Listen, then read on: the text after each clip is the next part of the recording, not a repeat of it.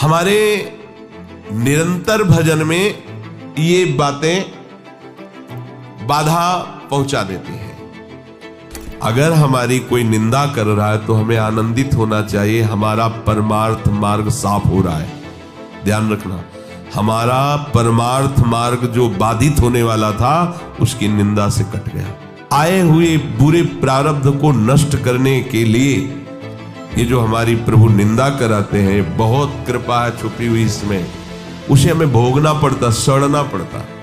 आपका लक्ष्य प्रभु है तो आप में सबको प्रभु को देखना होगा। सब में कोई भी बाधा नहीं पहुंचा सकता। जो दूसरे का तनिक भी अहित सोचता है, उस दूसरे का अहित हो या ना हो, तुम्हारा उसी क्षण से अहित शुरू हो गया, उसी क्षण से तुम्हारा हानि शुरू हो गया। तो अधिक नींद लेना, इस पे शासन करो यदि भगवत प्राप्ति करना चाहते हो। आपकी दिनचर्या में सोने का आपका ठीक समय होना चाहिए। देखो अपने लोगों में अगर ये विघ्न है अधिक बोलना, तो दो बातें आ ही जाएंगी, किसी की स्तुति और किसी की निंदा, किसी के गुण का वर्णन और किसी के अवगुण का वर्णन। ये आपके भजन में बाधा पहुंचा देगा। एक महीने में अगर कस के एक बार गुस्सा आ गई तो एक महीने का भजन ढक जाएगा, वो भागवतिक तेज प्रकाशित नहीं हो पाएगा। पहली है अपने जीवन में जांच कर लेना, इष्ट से गुरु से विमुख करने वाले पुरुषों का या स्त्रियों का या विषयों का किसी भी तरह से हम संग न करें। पहली बात, आराध्य देव गुरुदेव के वचनों में अविश्वास पैदा कर दे, हमारी भक्ति को बाधित कर दे, चाहे वो स्त्री शरीर हो, चाहे वो पुरुष शरीर हो, चाहे वो कोई विषय ही क्यों ना हो, हमें उससे संपर्क नहीं रखना। भगवद विमुख करने वाले पुरुषों का संग नहीं करना पहला लक्षण है। अगर वो कोई है हमारे जीवन में तो हमारा भजन बाधित हो जाएगा।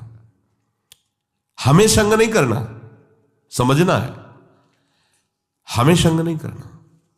मान लो भगवत मार्ग में विरक्त हैं तो, पर जो गृहस्थ है भजन करके भगवत प्राप्ति चाहता है, परिवार में अलग अलग उद्देश्य वाले, अलग अलग भाव वाले हैं, भिन्ने भिन्ने मति, अलग अलग मति वाले हैं।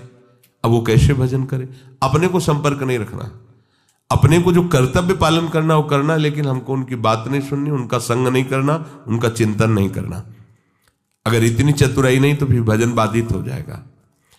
जासे होए स्नेह राम पद एतो मतो हमारो, जिससे प्रभु के चरणों में प्रेम हो, ये सबसे बड़ा मत है। गोस्वामी तुलसीदास जी कह रहे हैं हमारे आराध्य देव गुरुदेव इनमें अश्रद्धा पैदा करवा दे।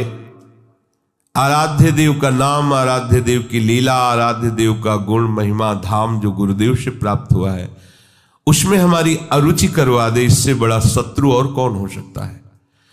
क्योंकि लौकिक शत्रु तो हमारे देह को नष्ट कर देगा, लेकिन ये शत्रु तो हमारे आराध्य देव के संबंध को ही नष्ट कर रहा है, ये तो हमारे परमार्थ को ही नष्ट कर रहा है। सबसे पहला इन 20 विघ्नों में आराध्य देव गुरुदेव के प्रति अश्रद्धा, अरुचि पैदा करवा दे। ऐसे बहिर्मुख कुसंगी का संग नहीं करना, चाहे वो स्त्री शरीरधारी हो, चाहे वो पुरुष शरीरधारी हो, या कोई विषय ही क्यों न हो। जिस विषय के सेवन से आराध्य देव गुरुदेव के प्रतिकूल आचरण बन जाए, हमें वो विषय सेवन नहीं करना। दूसरा, अधिक बोलना। मननशील महात्मा को ज्यादा बोलने का अवसर नहीं है। प्राय आप देखना भजनानंदी उपासक मौन व्रती मिलेंगे। एक होता है जड़ मौन और एक होता है विचार मौन। उपासक को विचार मौन रहना ही चाहिए। आवश्यक है तो उत्तर दे दिया कम शब्दों में, अनावश्यक बात बोलनी ही नहीं है। कोई चाहे नाराज हो या प्रसन्न हो, हमें इससे मतलब नहीं। हमें अपने सिद्धांत से चलना है। बैठ करके गप्पे नहीं मारनी, कम शब्दों में उत्तर दीजिए और मनन परायण रहकर हर समय अपने आराध्य देव का नाम मंत्र चल रहा है। अधिक बोलना ये भजन में बहुत बड़ा विघ्न पैदा कर देगा। कैसा? सबसे अधिक पाप वाणी से बनता है, क्योंकि हम इसे समझ ही नहीं पाते हैं। किसी की भी निंदा करने में जो हमें पाप बनता है वो बहुत बड़ी गठरी होती है। पर निंदा के कीते आवत नहीं कछुआत मूर्ख पर्वत पाप को ले चल अपने साथ। बड़ा भारी पहाड़ पाप का रख लिया। और भजनानंदी उपासक को ये समय कहाँ है किसी के विषय में बोलने का। पर देखो अपने लोगों में अगर ये विघ्न है अधिक बोलना, तो दो बातें आ ही जाएंगी, किसी की स्तुति और किसी की निंदा, किसी के गुण का वर्णन और किसी के अवगुण का वर्णन। ये आपके भजन में बाधा पहुंचा देगा। अधिक बोलने से मिथ्या भाषण निकल जाएगा, अधिक बोलने से किसी की निंदा निकल जाएगी, ये आपके लिए हानिकारक होगा। तीसरा है नवीन नवीन भोगों को भोगने की इच्छा रखना। आज ऐसे भोजन बनाया जाए, आज ऐसे किया जाए, आज ऐसे किए, किसी भी इंद्रियजन्य भोग को नवीन नवीन प्रक्रिया से भोगने की इच्छा रखना, ये भजन के लिए बहुत हानिकारक है। शरीर के प्राण पोषण के लिए ही हमें केवल अन्न जल आदि का आवश्यक ग्रहण करना होगा, जिससे हमारा शरीर भजन मार्ग में सहायता दे, बस। चौथा, अधिक सोना। जो बहुत नींद लेते हैं तो तमोगुण की अधिकता के कारण भजन नहीं बनता है। आपको आश्चर्य होगा कि ऐसा कैसे हो सकता है। भजन की जब लगन लगती है, 11 बजे रात्रि के शयन करना, 2 बजे उठ जाना, स्नान किया, शौच किया, वृंदावन की परिक्रमा की, ऐसी दिनचर्या, और 2 बजे दिन में माधुकरी मांग के पाना, कोई बाल भोग ये सब चाय नाश्ता कुछ नहीं, 2 बजे दिन में। आपको लगेगा कि ऐसा कैसे हो सकता है। यही अपने यही वृंदावन, बाहर की बात नहीं है, वृंदावन की हितधाम की छोटी कुटिया की बात बता रहे हैं। बिजली का कनेक्शन कटा हुआ, नहीं चाहिए बिजली। अगर हम विषय सेवन में रुचि रखेंगे तो हमारी रुचि भजन की कैसे बनेगी। चित्रकूट में रामलीला हो रही थी, नवीन अवस्था थी 16-18 के बीच की स्वामी जी की। तो वो रामलीला में जब देखा कि भगवान राम सुबह राज्याभिषेक होना था और 14 वर्ष का वनवास, बड़ी तन्मयता से देख रहे थे। एकदम हुआ कि जब प्रभु को वनवास हो गया तो फिर मेरा जीवन किस काम का, अब मैं घर नहीं जाऊं। महापुरुषों में एक विचारधारा अलग बनती है, अब तो जीवन किसका। भाग पड़े वहां से रामलीला से, गंगा के किनारा पकड़ा। वो समय काटते हुए से आगे बढ़ रहे तो स्वामी शंकरानंद जी महाराज बड़े अवधूत स्थिति को प्राप्त महापुरुष थे। अशनी आश्रम, जब गंगा किनारे भ्रमण कर रहे तब जब उनके पास आए तो उन्होंने दृष्टि से देख लिया कि इनकी बहुत ऊंची अवस्था जागृत होने वाली है अध्यात्म की। तो उनका बेटा कैसे तुम्हारा तो ये जो वेश है और ये अवस्था है तो पढ़ने की है, ऐसे कैसे। तो उन्होंने बताया स्वामी जी मैं रामलीला देखकर भगवान का वनवास मैं शयन नहीं कर पाया, अब मैं निश्चय करता हूं कि आजीवन वनवास करूंगा। तो इस निश्चय का स्वरूप क्या होगा, उनका घोर वैराग्य से जीवन व्यतीत करना। तो उनका फिर संन्यास मार्ग ले लूं, कहाँ दे दीजिए। नवीन अवस्था में गंगा जी में संन्यास दिया गया। संन्यास का होता है कि दिगंबर कर दिया जाता है, निर्वस्त्र, और गंगा में खड़ा किया जाता है। अब तुम्हारा कौन है, तो गंगा को साक्षी करके बोलता है कोई नहीं, नारायण के सिवा मेरा कोई नहीं।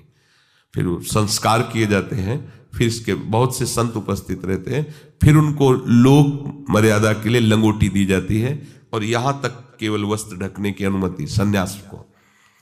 जब उनको लंगोटी देने उनका नहीं गुरुदेव, क्योंकि संस्कारी महापुरुष थे। तो कहा लोग बोले अब लोक व्यवहार रहा कहां प्रभु, तो उनका ठीक है ऐसा ही सही, चलो तो कहां, बोले आश्रम। बोले नहीं, जान हमें आपने संन्यास दिया, आजीवन आपके सामने नियम लेते हैं, यही जीवन व्यतीत करेंगे। तो गंगा का किनारा ही उनका घर था। जैसे गंगा बढ़ती ऊपर चले, जैसे घटती वैसे रेत, बस ऐसे दिगंबर नवीन अवस्था थी।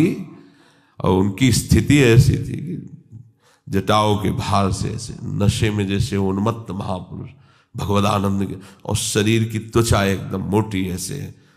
अब गंगा किनारे मच्छर भी लगते हैं, सब समय समय पे गर्मी, बालू तप्त होती, वो वैसे। क्या हुआ? क्या उनका शरीर नहीं था क्या? निश्चय इतना जोर का कि देह राग मिट गया। तो क्या आप में वो भागवतिक शक्ति नहीं है क्या? पर हम ये कह रहे हैं कि आप आकांक्षा क्यों करो कि हमको ये पहनने को मिले, खाने को मिले, ऐसी रहने की आकांक्षा करो। भगवत तत्व की ज्ञान की आकांक्षा करो, भगवत प्रेम की आकांक्षा करो, प्रियालाल के रूप रसास्वादन की, उनके श्री चरण सेवा की। ये आकांक्षा का विषय है, ये आकांक्षा का विषय थोड़ी है कि हम ये पहन लें, हम ये खा लें, हम ऐसी परिस्थिति में रहें, हमारी ऐसी हाई फाई व्यवस्था हो। हमारी मांग नहीं होनी चाहिए। हम स्वामी के आश्रित है, जैसा वो चाहे वैसा करें, जिसमें वो राजी है उसमें हम राजी हैं। तो अधिक नींद लेने का यह स्वभाव उपासक को छोड़ना पड़ेगा। बिल्कुल ना सोना और बहुत सोना, आगे के श्लोक में भगवान मना करते हैं। दोनों को योग सिद्ध नहीं होता। बिल्कुल ना पाना और बहुत पाना, दोनों को योग सिद्ध नहीं होता। तो अधिक नींद लेना, इस पे शासन करो यदि भगवत प्राप्ति करना चाहते हो। आपकी दिनचर्या में सोने का आपका ठीक समय होना चाहिए। जितने महात्मा आज तक मिले उन सबकी दिनचर्या परिपक्व रही है। परिपक्व दिनचर्या 2-4 मिनट की बात नहीं कहते, नहीं, उनका उठना, उनका लेटना, उनका खाना, उनका पीना एक टाइम पे होता है। ऐसा नहीं है जब चाहा तब। अगर उस समय तक भोजन नहीं मिला तो इसके बाद वो भोजन नहीं पाएंगे, चाहे 56 प्रकार के भोग आ जाए। एक महात्मा जिस आश्रम में हम गंगा किनारे रुके थे उसी आश्रम में आए थे। शाम टाइम वो कुछ नहीं लेते थे, एक टाइम दोपहर में अगर भिक्षा मिल गई तो लेते थे। प्रायः कौन इनके पीछे पड़ता है, खान पान के पीछे। जिसकी लगन लग जाती है प्रभु की प्राप्ति का, ये तो बहुत छोटी बातें हैं। इन महापुरुषों को देखो, वो शाम के जो उस आश्रम में आए जहां हम टिके हुए थे, तो उनको गाय वहां आश्रम में थी, तो संतों को शाम के बयारू कराई जाती थी, एक एक गिलास दूध दिया जाता था। तो बयारू तो करते नहीं थे, जब दूध तो उनका नहीं, हमारा नियम है, मैं एक बार दिन में जो भगवत इच्छा से मिलता पाते हैं, फिर नहीं। अरे नहीं स्वामी, दूसरी बार पूछते ही उनकी दृष्टि ये क्या है, ये कोई स्वागत है? अरे परमार्थ के पति होकर के नियम को तोड़ने के लिए तुम जोड़ दे रहे हो? ये क्या प्राण पोषण करना ही साधु का धर्म है क्या? हटाइए, आप कैसे साधु हो, बार बार हमको खाने के लिए प्रेरित। डांट दिया, अपने खुशी हो जाएंगे, दूध दे रहे हैं गाय का, भाई इतना प्यार कर। प्यार नहीं देखा जाता, अपना लक्ष्य देखा। आप कितना आराध्य देव से प्यार करते हैं? हमें विषय सेवन के लिए कोई प्यार दे तो इसे प्यार कहते हैं क्या? आराध्य देव के चरणों जासो हो सने राम मत, राम पद ए तो मतो हमारो। और छठा है उपासक होकर हंसी मजाक गंदी करना। उपासक भी हंसते हैं अपने आराध्य देव की, अपने उपासना की। उपासक जन मिलकर वार्ता, ऐसा नहीं कि संसारिक हो, उनको कॉमेडी उनको सुन के हंसना पड़े, उनको वो प्रोग्राम देखना पड़े कि हाँ चल रहा है कॉमेडी को, हम हंस रहे हैं। ये साधना है क्या? हंसने के लिए तुम्हें तो प्रियालाल बहुत है, हास परिहास रसिका। या उपासक जन आपस में बैठ करके भगवत वार्ता, पवित्र वार्ता से विनोद, नहीं तो विनोद की ठौर कहां है? बिल्कुल नारायण हरि भजन में पाचो न सुहात, विषय भोग निद्रा हंसी जगत प्रीति बहुबात। तो हंसी मजाक करना ये उपासक का भजन का विघ्न है, ऐसा न करें। सातवां है अपने रिश्ते नातेदारों के प्रति आसक्त हो जाना, जैसे स्त्री पुत्र और भी जो संबंध है इनमें आसक्त। भजन नहीं बन पाएगा। सबकी ममता ताग बटोरी, मम पद मन ही बांध पर डोरी। आठवां है क्रोधी स्वभाव बना लेना। जरा से कोई बात करे तो बस एकदम गुस्सा हो जाए। नहीं नहीं, आप भजन करने वाले हो। कभी कभी किसी की प्रतिकूल चेष्टा, अब जैसे आप परमार्थ में चल रहे हैं, किसी को परमार्थ संबंधी ही आप सावधान कर रहे हैं, वो आपके सामने ही प्रतिकूल आचरण कर रहा है, आपको गुस्सा नहीं होना है। ये आपकी भी तो परीक्षा हो सकती है। भगवान आपको भी तो देख रहे हैं कि आप उपदेश ही केवल देते हैं या आपके भी जीवन में कुछ है। इसलिए आप खुद देखो आपके जीवन में क्या है। उस समय आप प्रशांत आत्मा विवेक के द्वारा अगर कहीं भी स्फुरण हो रहा है क्रोधा, तो उसे शांत कीजिए। वो क्रोध दूसरे का अहित करेगा कि नहीं करेगा, पर आपका हित हो जाएगा, आपका हृदय अपवित्र हो जाएगा, आपके हृदय में जलन पैदा हो जाएगी।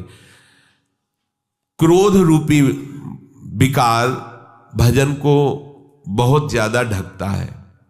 पूज्य श्रीपाद उड़िया बाबा जी महाराज, 1 महीने में अगर कस के एक बार गुस्सा आ गई तो 1 महीने का भजन ढक जाएगा, वो भागवतिक तेज प्रकाशित नहीं हो पाएगा। और 12 बार साल में गुस्सा आ गई तो पूरे साल का भजन ढक गया। और यहां दिन में 12 बार आ जाता होगा गुस्सा। ये ऐसा कैसे, ये ऐसा कैसे? गुस्सा नहीं करनी, क्रोध नहीं आने देना अंदर से। नवा है हिंसा करना। हिंसा वाणी से भी होती है, मन से भी होती है और शरीर से भी होती है। जो भगवत मार्ग का पथिक है सावधान रहता है शरीर से, तो हिंसा मुश्किल ही बनती है। किसी भी जीव को कष्ट देने का स्वभाव होने वाला साधक कैसे हो सकता है?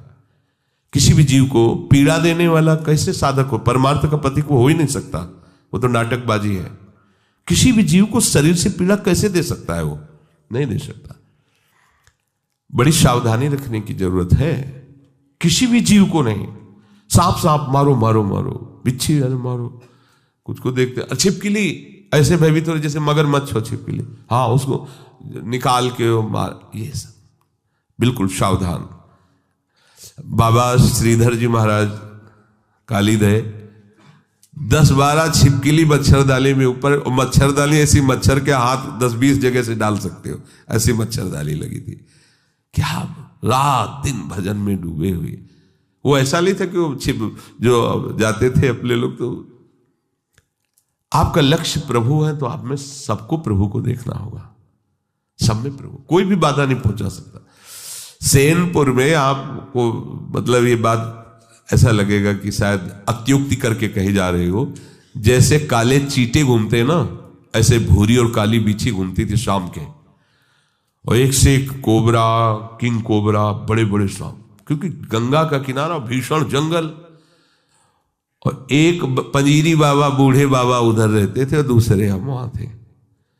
और वो कान के बहरे थे कि हल्ला बचाओ तो सुनाई न दे। अब केवल भगवत आश्रय ले ही तो और क्या वहां रह सकता है।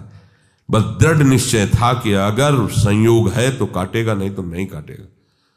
तो बहुत समय तक रहने पर कभी बिच्छी ने नहीं मारा, कभी सांप ने। ऐसे आसन में बैठे हुए और ऐसे सांप जा रहे हैं, ऐसे बिचखा पर सांप। उल्लुओं की आवाज तो ऐसे जैसे कोई संगीत गा रहा हो। 14 राग से वो गाता है उल्लू, 14 प्रकार की आवाज होती हो। हर आवाज में एक भय उत्पन्न हो। गंगा जी के किनारे तो प्रतिध्वनि भी होती थी उसकी।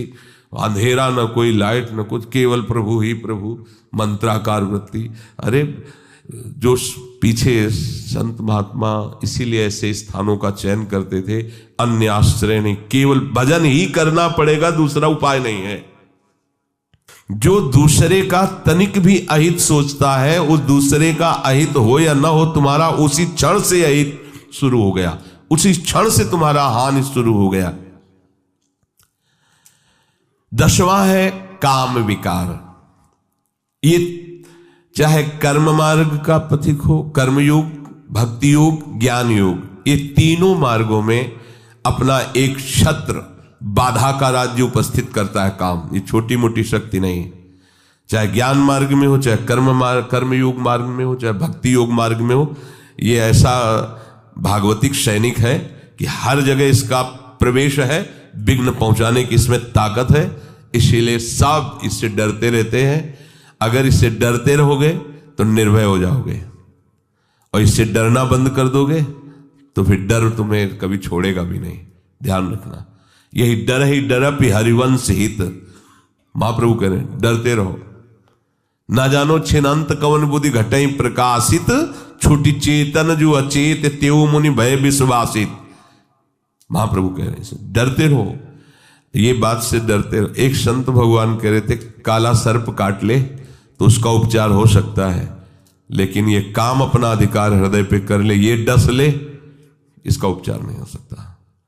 ये ऐसा जहर है कि वो लहरें लेते रहो, पूरा जीवन वो नशा चढ़ा रहेगा उसका। और जैसे जैसे आपकी आयु कम होती जाएगी, मतलब अवस्था शरीर की बढ़ती जाएगी, आयु कम, वैसे वैसे और बढ़ता जाता है। जैसे जैसे आपकी शरीर शक्ति क्षीण होती वैसे ही वासना और रंग लाती, क्योंकि दुर्गति करना है ना। इसे चाहिए कि भगवान नाम और भगवत आश्रय के बल से इस विकार को सह कर शांत किया जाए। जितना आप सहनशील होगे उतने ये शांत होता चला जाएगा। 11वां, अपनी निंदा होने पर सहन न करना। ये भजन में बाधा है। जब अपनी निंदा हो तो आनंद मनाना चाहिए अंदर से, कि जो हमें प्रारब्ध भोग भोगना था दंड रूप में, वो निंदा करके उसको नष्ट कर रहा है। बड़ी कृपा हुई। अंदर से इस बात को समझिएगा। अगर हमारी कोई निंदा कर रहा है तो हमें आनंदित होना चाहिए, हमारा परमार्थ मार्ग साफ हो रहा है। ध्यान रखना, हमारा परमार्थ मार्ग जो बाधित होने वाला था उसकी निंदा से कट गया।